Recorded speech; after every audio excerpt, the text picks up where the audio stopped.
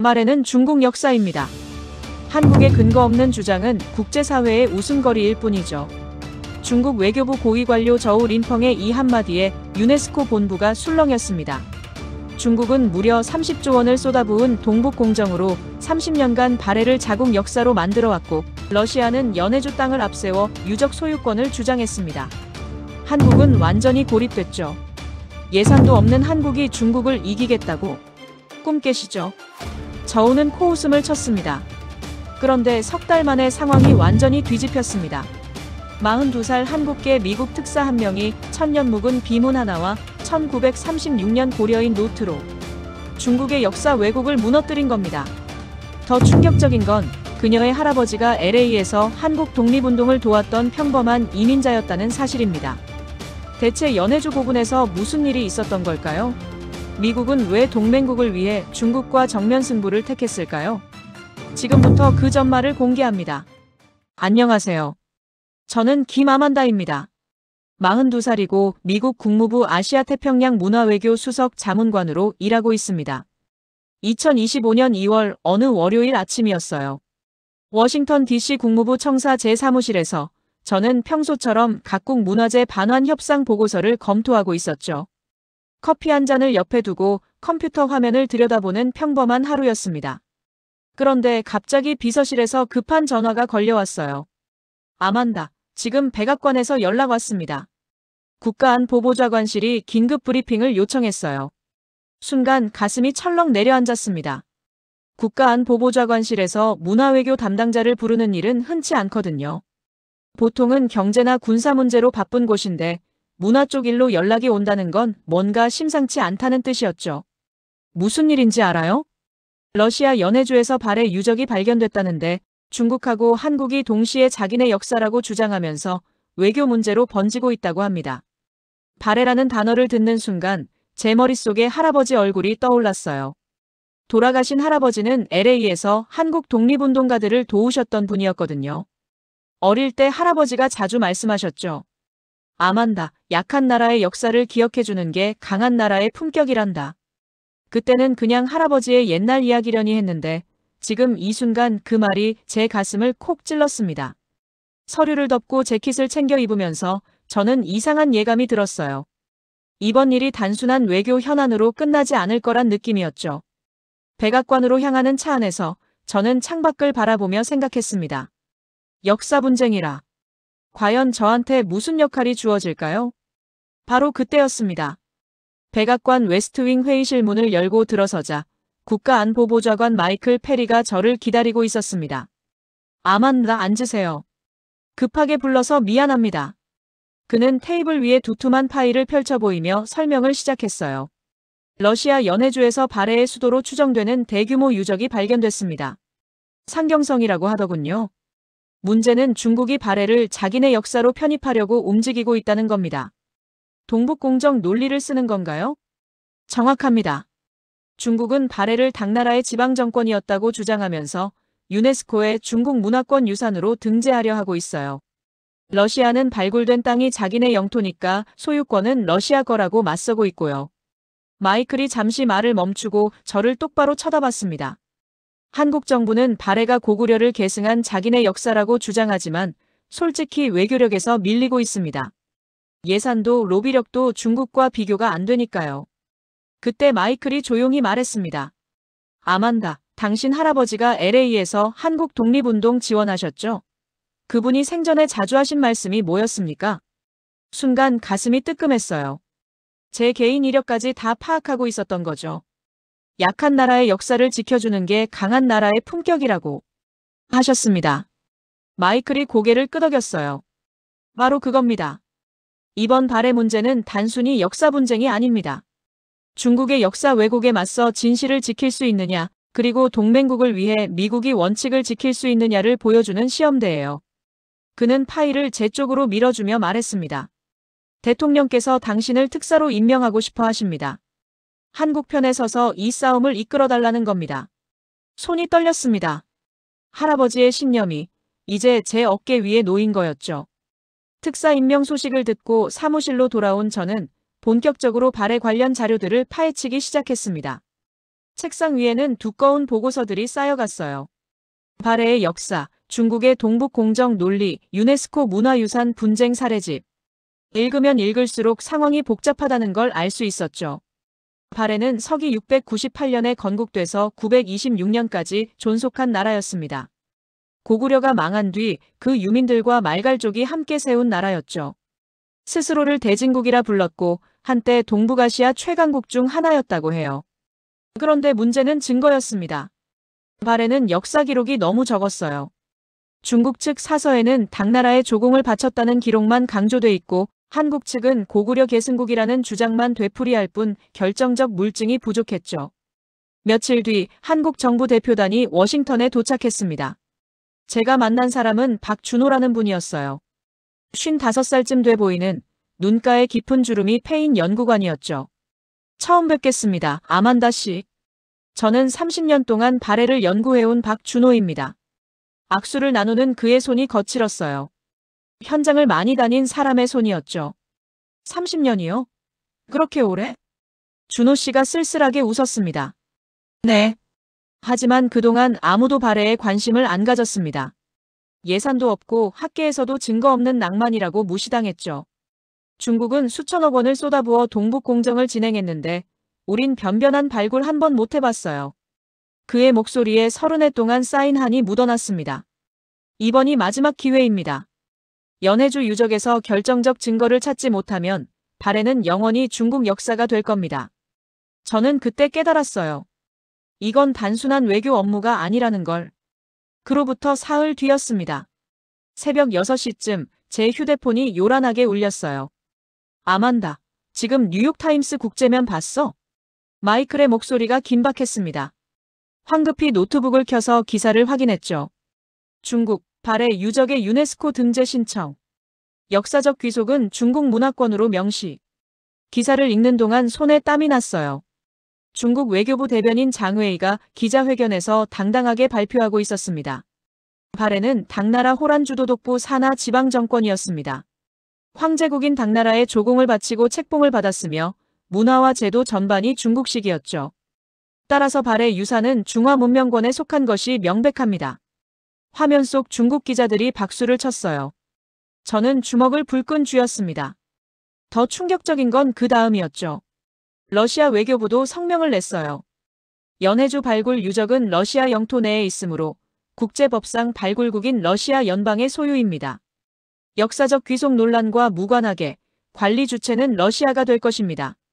한국은 완전히 고립되고 있었어요. 중국과 러시아 두 강대국이 벌써 판을 짜버린 겁니다. 오전 10시 백악관 상황실에 긴급 소집됐습니다. 트럼프 대통령이 직접 회의를 주재했어요. 이거 그냥 넘어가면 안 됩니다. 중국이 역사까지 다 훔쳐가게 내버려두면 우리 동맹국들이 뭐라고 생각하겠어요? 대통령의 목소리가 단호했습니다. 아만다, 당신이 특사로 가십시오. 한국 측과 함께 연해주 현장에 들어가서 증거를 찾아내세요. 우리가 한국 편에 선다는 걸 세상에 보여줘야 합니다. 그 순간 회의실 안 모든 시선이 저한테 쏠렸어요. 국방장관, 국무장관, 안보보좌관.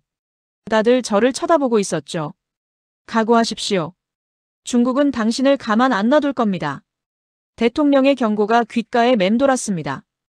회의가 끝나고 복도로 나왔을 때 다리에 힘이 풀렸어요. 벽에 기대서서 깊게 숨을 들이쉬었죠. 내가 과연 이걸 해낼 수 있을까? 하지만 물러설 수는 없었습니다. 이미 세상이 지켜보고 있었으니까요. 특사 임명장을 받고 나서 저는 며칠 동안 잠을 제대로 못 잤습니다. 사무실 책상 앞에 앉아서 수없이 자문했어요. 내가 정말 이 일을 맡아야 하나? 외교관으로서 이건 너무 위험한 거 아닌가? 중국은 이미 언론전을 시작했습니다. 환구시보는 연일 사설을 쏟아냈죠. 미국이 역사 문제에 개입하는 것은 내정 간섭이다. 발해는 명백한 중국 역사이며 한국의 근거 없는 주장에 미국이 동조하는 건 동북아 질서를 어지럽히는 행위다. CNN에서 전화가 왔어요. 인터뷰 요청이었습니다. 아만다 김자문관, 중국 측 반발에 대해 어떻게 생각하십니까? 저는 말문이 막혔습니다. 뭐라고 대답해야 할지 확신이 서지 않았거든요. 지금은 말씀드릴 게 없습니다.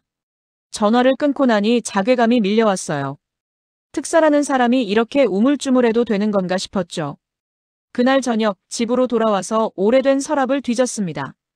할아버지가 남기신 편지가 어딘가에 있었거든요. 먼지 쌓인 상자 속에서 노랗게 바랜 편지 한 장을 찾았습니다. 할아버지 필체였죠. 아만다에게. 내가 이 편지를 읽을 때쯤이면 할아버지는 이 세상에 없을 거다. 하지만 꼭 기억해라. 정의는 때로 외롭고 옳은 일은 항상 쉽지 않단다. 그래도 해야 한다. 약한 사람들의 목소리가 묻히지 않도록 말이야.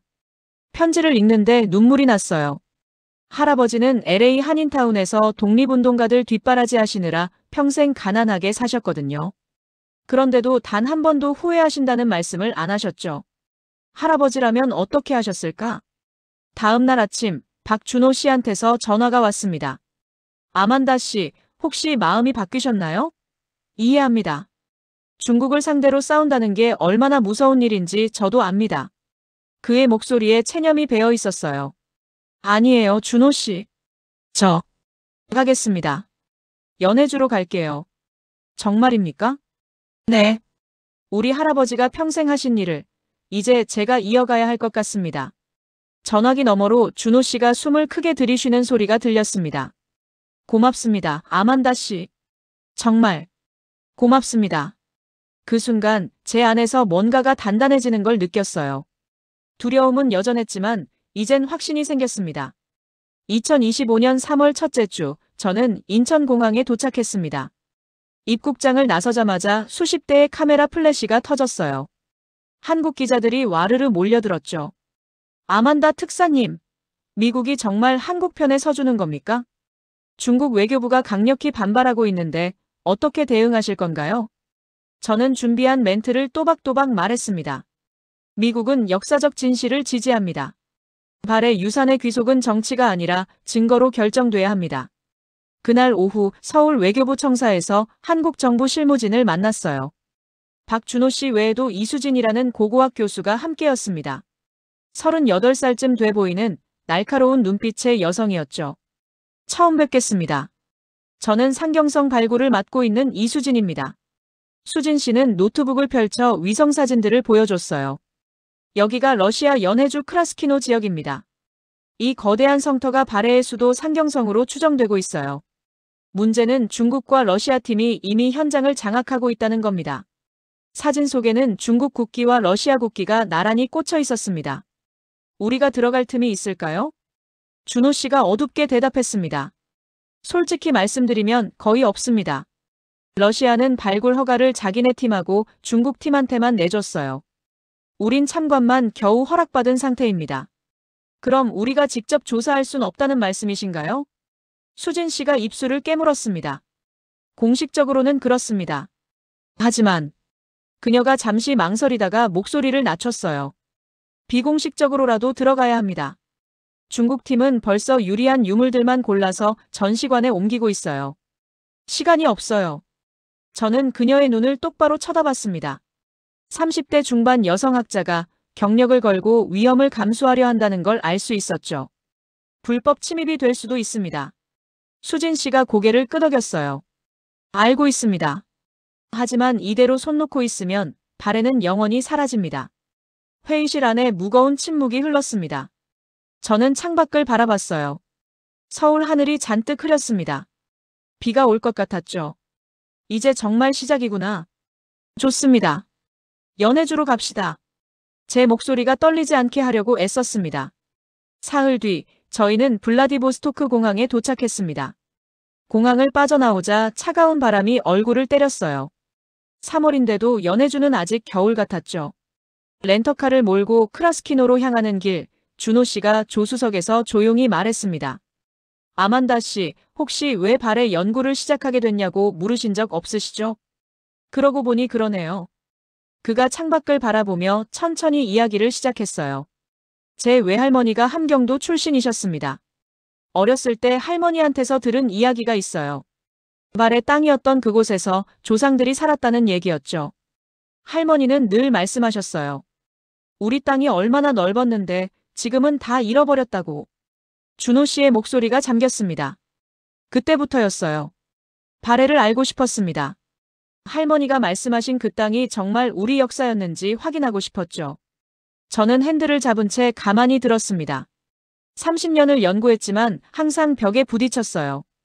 자료는 중국이 다 가져갔고 유적은 러시아 땅에 묻혀 있고 한국에선 아무도 관심 없었습니다. 동료들은 저보고 쓸데없는 낭만에 매달린다고 비웃었죠. 그때 준호 씨가 저를 돌아봤어요. 눈가가 붉어져 있었습니다. 그런데 아만다 씨가 와주셨어요. 미국 특사가 할아버지의 신념을 이어서 여기까지 와주셨습니다. 이게 얼마나 큰 힘이 되는지 모르실 겁니다. 저는 목이 메었어요. 준호 씨. 할머니가 돌아가시기 전에 제 손을 꼭 잡고 그러셨어요. 준호야, 우리 땅 찾아라. 우리가 거기 살았다는 거 증명해라. 저는 그 약속을 지키지 못하고 할머니를 보냈습니다. 차 안에 정적이 흘렀습니다. 라디오에서 러시아 음악이 희미하게 흘러나왔죠. 이번엔 다릅니다. 꼭 증거를 찾을 겁니다. 준호 씨의 목소리에 간절함이 묻어났어요.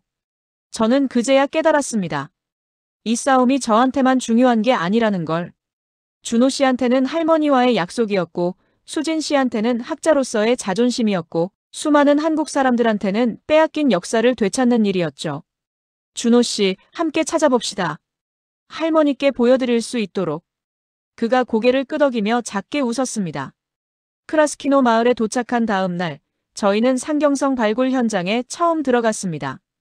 거대한 성터가 눈앞에 펼쳐졌어요. 수백 미터에 걸쳐 흙더미와 돌무더기가 이어졌고 곳곳에 발굴 천막들이 세워져 있었죠. 저기 보이십니까? 수진 씨가 손가락으로 가리켰습니다. 중국 국기가 꽂힌 구역에 최신 장비들이 즐비했어요. 레이저 스캐너, 드론, 대형 조명. 우리와는 비교도 안 되는 규모였죠. 중국 팀 예산이 우리의 20배쯤 됩니다. 준호 씨가 쓴웃음을 지었어요. 그때 중국 측 책임자가 다가왔습니다. 60대 초반쯤 돼 보이는 위압적인 분위기의 남자였죠. 저우 림펑입니다. 중국 외교부 역사문화 담당입니다. 그는 악수도 청하지 않고 냉랭하게 말했어요. 미국 특사께서 멀리 오셨군요. 하지만 여긴 러시아와 중국이 공동 발굴하는 구역입니다. 참관만 허락된 거 아시죠? 물론입니다. 국제 규정은 지키겠습니다. 저우가 비웃듯 코웃음을 쳤습니다. 말에는 이미 정해진 역사입니다. 당나라 사서에 다 기록돼 있어요. 한국이 아무리 발버둥 쳐도 소용없습니다. 그 순간 수진 씨가 한 발 앞으로 나섰어요. 기록만으로 역사가 결정된다면 고고학은 왜 필요하겠습니까? 우리는 현장에서 증거를 찾을 겁니다. 저우의 얼굴이 굳어졌습니다. 마음대로 하시죠. 어차피 이미 중요한 건 다 찾았으니까. 그는 돌아서서 중국 팀 쪽으로 걸어갔어요. 다음 며칠 동안 저희는 허락된 구역만 조사할 수 있었습니다.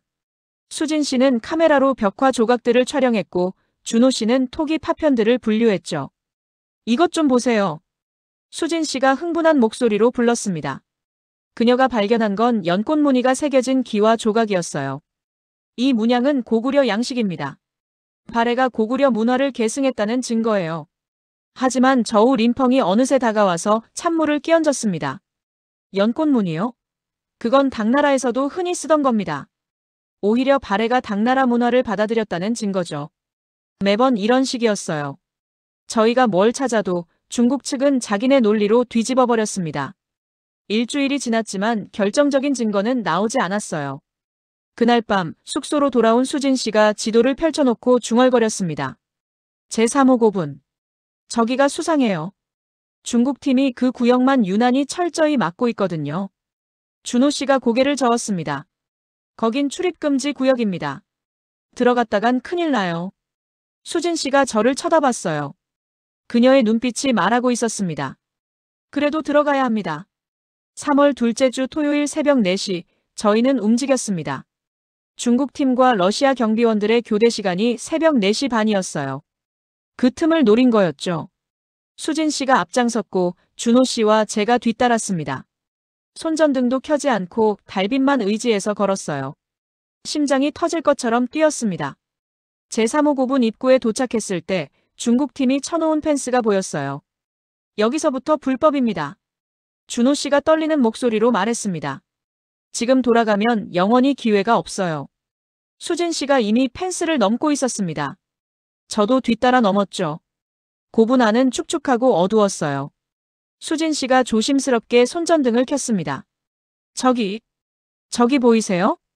그녀가 가리킨 곳에 벽면에 희미하게 그림이 보였어요.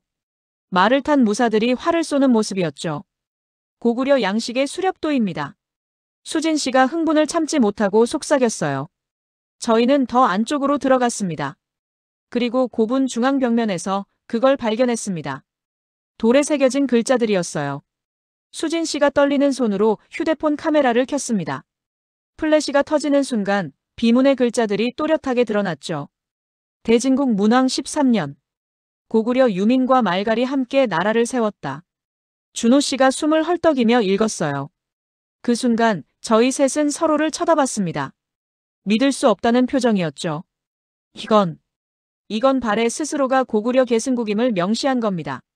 수진 씨의 목소리가 격앙됐어요. 그녀는 미친 듯이 사진을 찍었습니다. 비문 전체를, 벽화를 모든 각도에서 찍었죠. 더 빨리 찍어요. 시간이 없어요. 준호 씨가 다급하게 주변을 살폈습니다. 바로 그때였습니다. 밖에서 목소리가 들렸어요. 누구냐? 중국 경비원의 고함이었습니다. 발각됐어요. 나가야 합니다. 저희는 허둥지둥 밖으로 뛰쳐나왔어요. 손전등 불빛이 사방에서 쏟아졌습니다. 펜스를 넘어 숲속으로 달렸습니다. 뒤에서 고함 소리와 발소리가 쫓아왔죠. 한참을 달려서 숙소 근처까지 왔을 때야 겨우 멈출 수 있었어요. 셋 다 숨을 헐떡이며 땅바닥에 주저앉았습니다. 사진은 있죠? 제가 떨리는 목소리로 물었습니다. 수진 씨가 휴대폰을 들어 올렸어요. 화면에는 비문 사진이 선명하게 저장돼 있었습니다. 있어요. 다 찍었어요. 그녀가 울먹이며 웃었습니다. 준호 씨가 하늘을 올려다봤어요. 동쪽 하늘이 조금씩 밝아오고 있었죠. 할머니. 찾았습니다. 증거를 찾았어요. 그의 뺨에 눈물이 흘러내렸습니다. 비문 사진이 세상에 공개되자 전 세계가 들끓었습니다. CNN, BBC, 뉴욕타임스. 모든 언론이 일제히 보도했어요. 말해 스스로를 고구려 계승국으로 명시. 한국의 주장에 결정적 증거 나와. 서울에서는 환호가 터져나왔습니다. 광화문 광장에 사람들이 모여들어 태극기를 흔들었죠. 하지만 중국의 반격은 즉각적이었습니다. 다음 날 베이징에서 기자회견이 열렸어요. 저우 린펑이 단상에 올라 차갑게 말했습니다. 해당 비문은 불법 침입으로 촬영된 것이며 진위 여부를 확인할 수 없습니다. 한국 측이 조작했을 가능성을 배제할 수 없습니다. 제 휴대폰이 미친 듯이 울렸어요. 워싱턴에서 걸려온 전화였습니다. 아만다. 중국 외교부가 당신을 역사 조작범으로 몰고 있습니다. 유엔 안보리에서도 문제 제기했어요. 머리가 지끈거렸습니다. 더 큰 문제는 그 다음이었죠. 유네스코 산하문화재 분석연구소에서 비문을 과학적으로 검증하겠다고 나섰어요. 일주일 뒤 파리 유네스코 본부로 비문 샘플이 보내졌습니다. 수석 연구원 클레어 워커가 직접 분석을 맡았죠. 돌 표면의 연대 측정과 문자 각인 시기를 정밀 분석하겠습니다. 클레어는 60대 초반의 냉철한 과학자였어요. 감정을 드러내지 않는 사람이었죠. 열흘 동안 저희는 숨죽이며 결과를 기다렸습니다.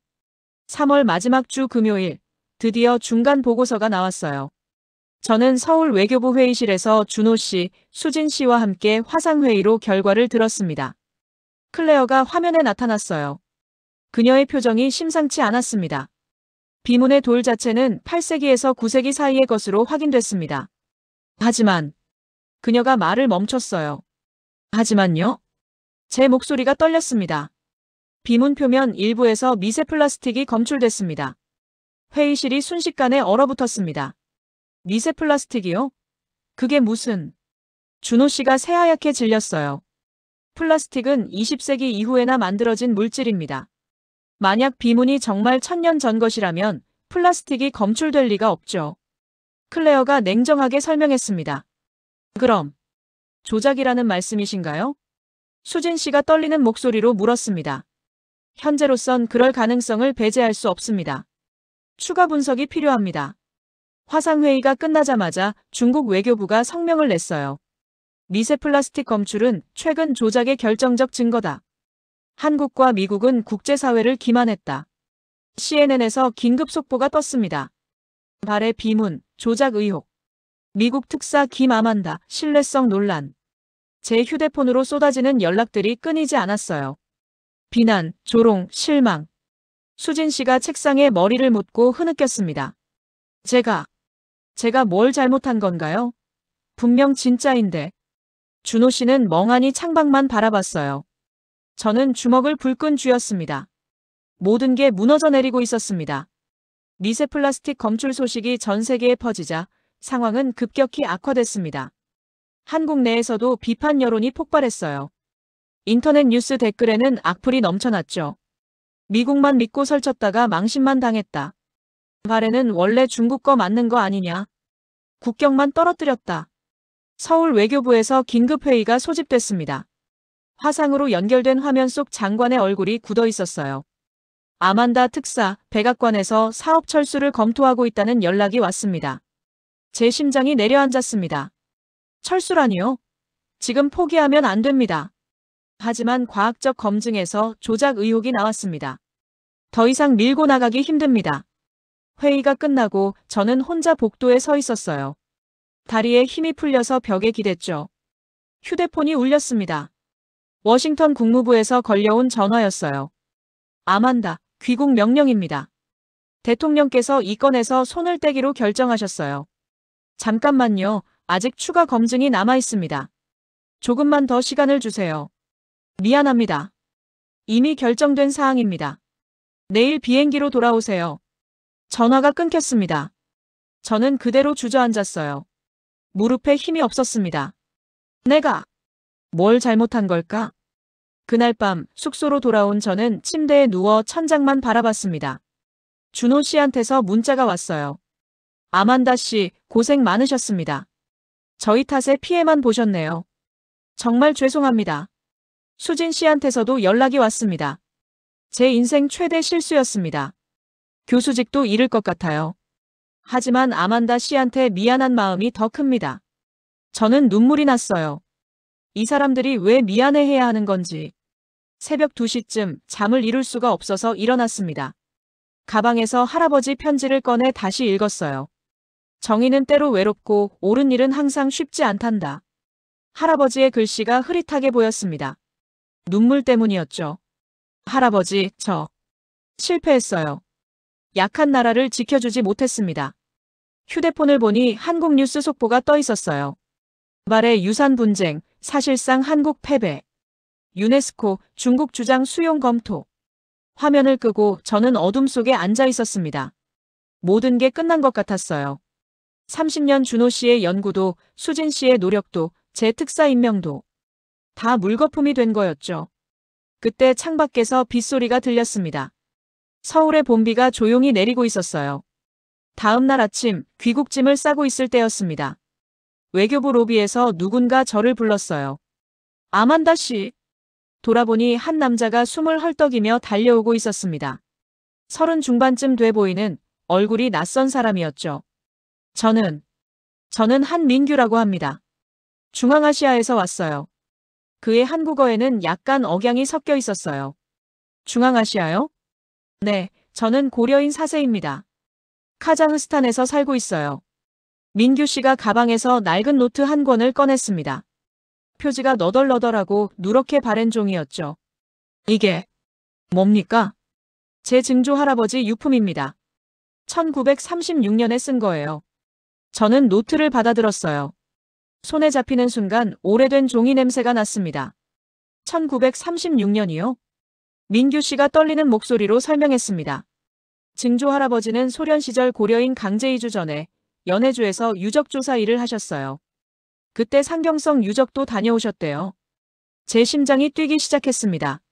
노트를 펼치자 손으로 쓴 러시아어와 한글이 섞여 있었어요.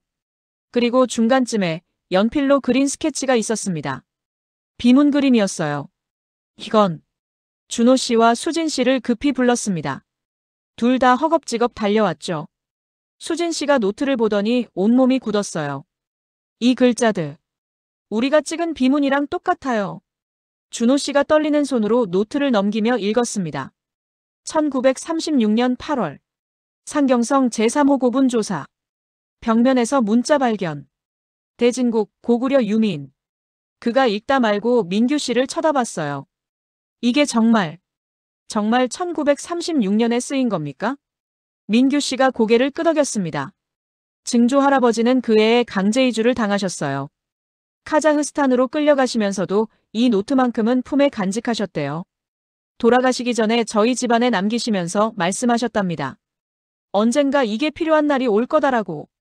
저는 가슴이 먹먹해졌어요. 왜 지금 가져오신 겁니까? 민규 씨의 눈가가 붉어졌습니다. 뉴스를 봤어요. 발해가 조작이라고, 한국이 거짓말쟁이라고. 그런데 저는 알아요. 증조 할아버지가 거짓말하실 분이 아니라는 걸. 그분이 본 게 진짜였다는 걸. 그가 목이 메었습니다.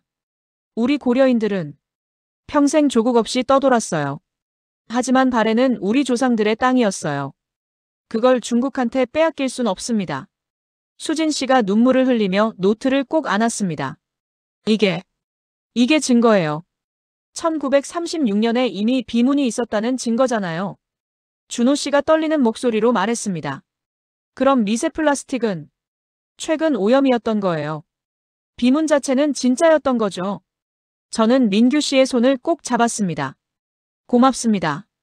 정말 고맙습니다. 그때 다시 희망이 보였습니다. 저는 즉시 워싱턴으로 전화를 걸었습니다. 마이클, 새로운 증거가 나왔습니다. 귀국 명령 취소해주세요.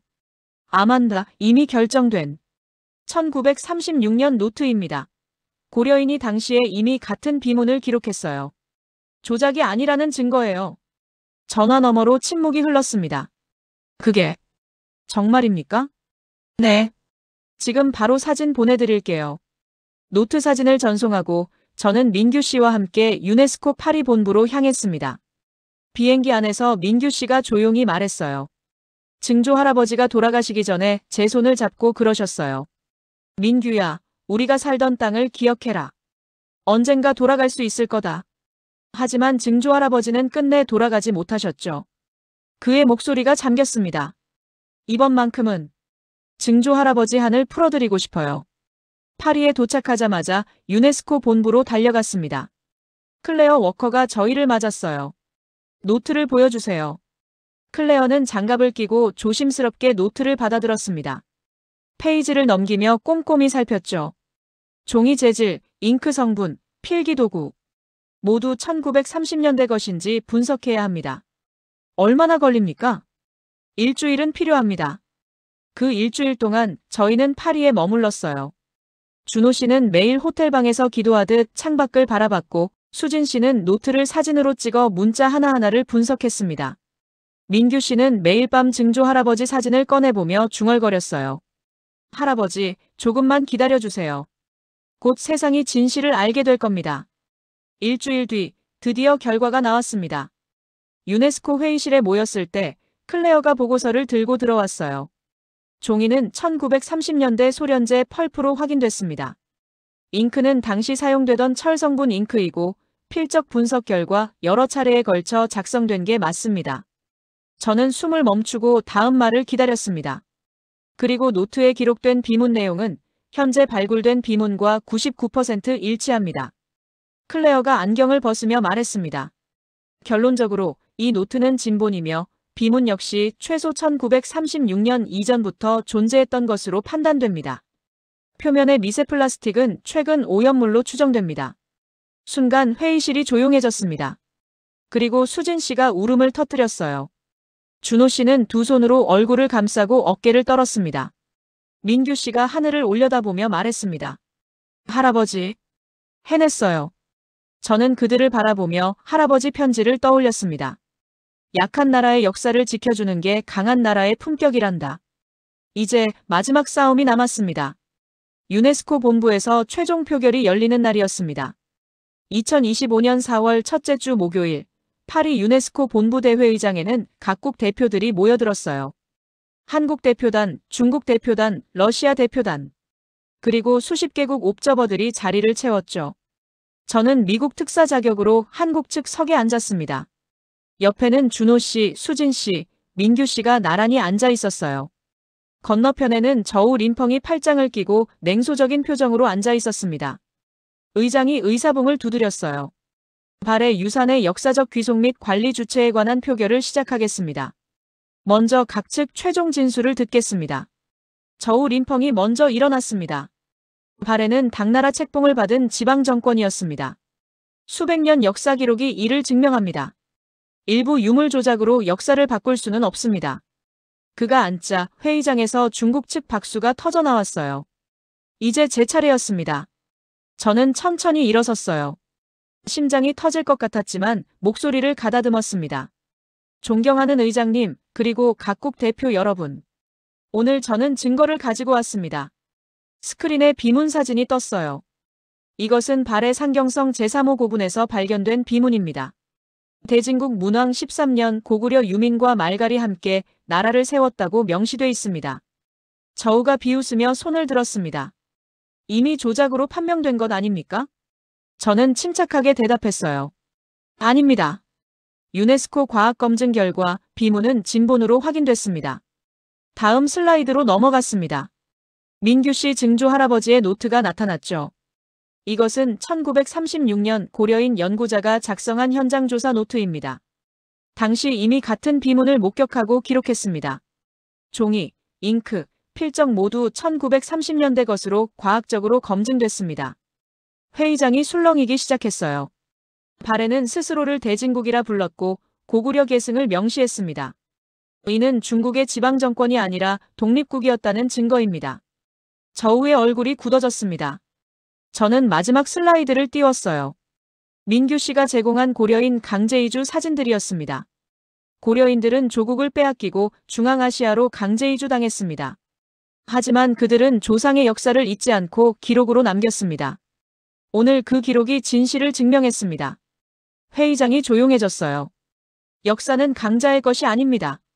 진실의 것입니다. 저는 자리에 앉았습니다. 의장이 표결을 시작했어요.